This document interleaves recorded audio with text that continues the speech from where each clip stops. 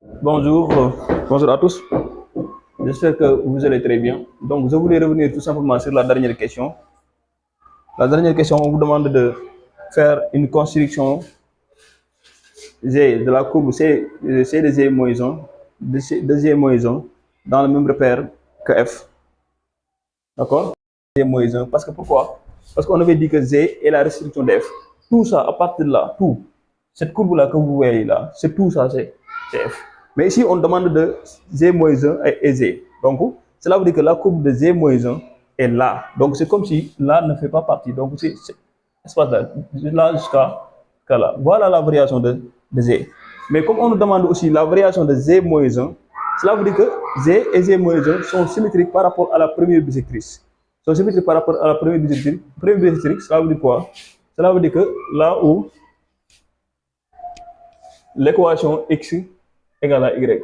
Voilà la première bisectrice. Maintenant, ce qu'on va tracer ici. D'accord?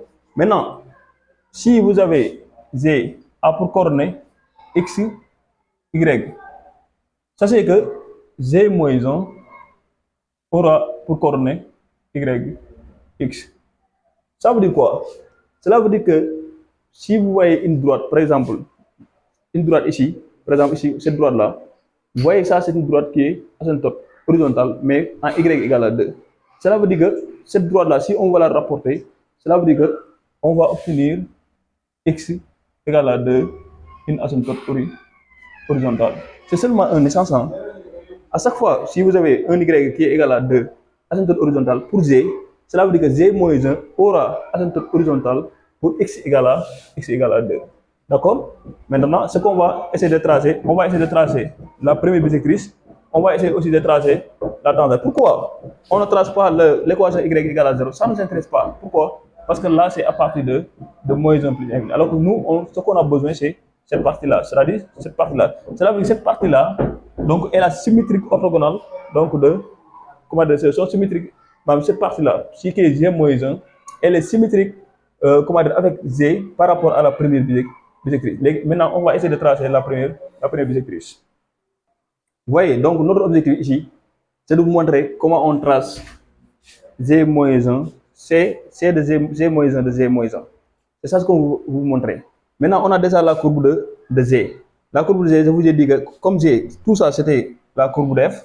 Donc on avait dit que Z est la restriction de F sur moins 1 plus infini. Cela veut dire que Z, donc la courbe de Z commence là jusque là. Donc maintenant, si on veut directement, comment dire, la courbe de Z moins 1, on pouvait directement tracer la première bisectrice. La première bisectrice, c'est l'équation x égale à y, ça je vous l'ai dit. Donc c'est ça ce que j'ai tracé comme ça en rouge.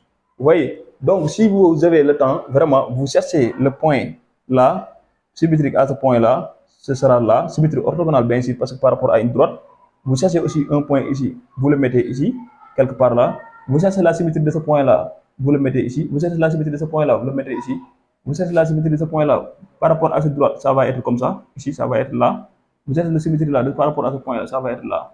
D'accord? Après, qu'est-ce que vous allez faire? Vous allez tout simplement relier les points. Maintenant, ça, c'est encore compliqué et ça prend du temps. Maintenant, ce qui est plus simple, c'est quoi? C'est essayer de regarder. Je vous ai dit tout simplement que z de x, y, ça donne z moins 1, cela veut dire que c'est y, x. Cela veut dire que comme on avait y égale à 0 comme asymptote horizontale en moyen infini, cela veut dire quoi? Cela veut dire quoi? Oui, comme on avait y égale à 2, parce qu'en moyen infini, ça ne nous intéresse pas. Comme on avait y égale à 2 comme asymptote horizontale en plus infini, donc cela veut dire qu'on va obtenir x égale à 2 en plus infini. X égale à 2 en plus infini. Voilà, comme asymptote horizontale. Voilà la droite. X égale à 2 en plus infini. D'accord? Maintenant, on sait que la courbe va devenir comme ça, mais on ne sait pas comment il va passer ici. Maintenant, c'est pourquoi j'ai fait quoi? J'ai essayé de chercher la symétrie de ce tangente-là par rapport à cette première bisectrice. Qu'est-ce que j'ai fait?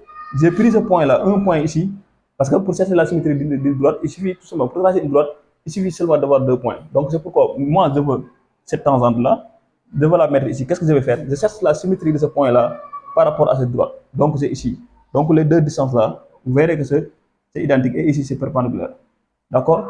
Maintenant je cherche aussi un autre point ici. Si je le cherche aussi, c'est la même chose parce que cette distance-là est exactement cette même distance et ici c'est perpendiculaire. Vous voyez? Donc, c'est ça. Donc, si on trace, si on relie les deux points, voilà la symétrie de cette tangente-là. Maintenant, je sais là où la courbe doit passer. D'accord? Donc, je peux effacer ça.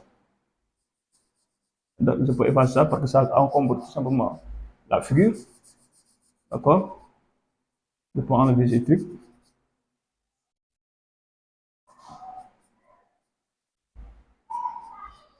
D'accord? Maintenant, on va tracer G-1. Regardez bien. G-1, c'est ici.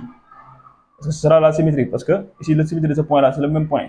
Donc, la courbe va faire comme ça. Faire comme ça. Tangente ici encore en 1. Regardez bien, c'est des tangentes ici en 1.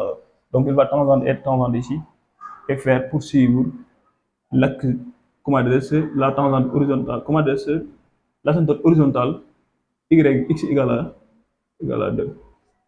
Maintenant, la courbe que vous voyez là en jaune, c'est ça la courbe G de G moins 1. D'accord? J'espère que maintenant vous avez compris. Donc, c'est exactement ça. Le courbe que vous voyez là en vert, c'est C2, CDF. Voilà comment tracer C2, C2G moins 1 et CDF dans le même repère. D'accord. Maintenant, vous pouvez abonner et vous partager la vidéo, ça me donne le courage. Et voilà, pour que les autres vidéos ne vous échappent plus. Donc, vous pouvez abonner, partager, liker. Donc, merci à tous.